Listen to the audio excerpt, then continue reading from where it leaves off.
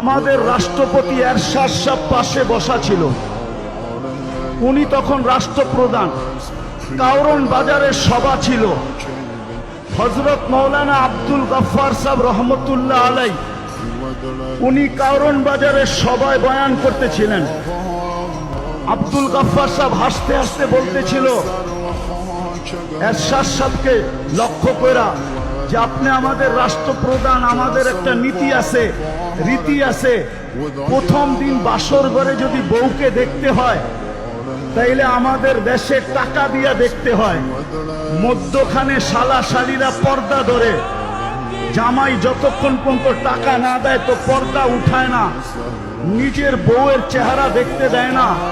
আপনি আমাদের রাষ্ট্রপ্রধান হওয়া সত্ত্বেও আপনি আপনার বউকে এরকম খোলা ছেড়া দিলেন কি করে যে এখন একজন রিকশাওয়ালাও পয়সা ছাড়া আপনার ওয়াইফকে দেখে?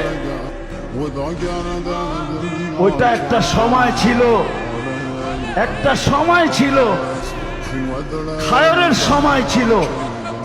ওনারা আল্লাহর রসুলের জমানার কাছে ছিলেন, আদর্শের উপরে প্রতিষ্ঠিত ছিল।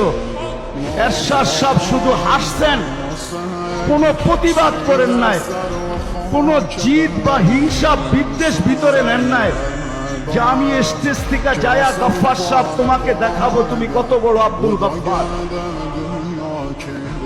কোনো প্রতিশোধ নেন নাই। কিন্তু আজকে কথা বলে স্টেজ থেকে নামা যায় না,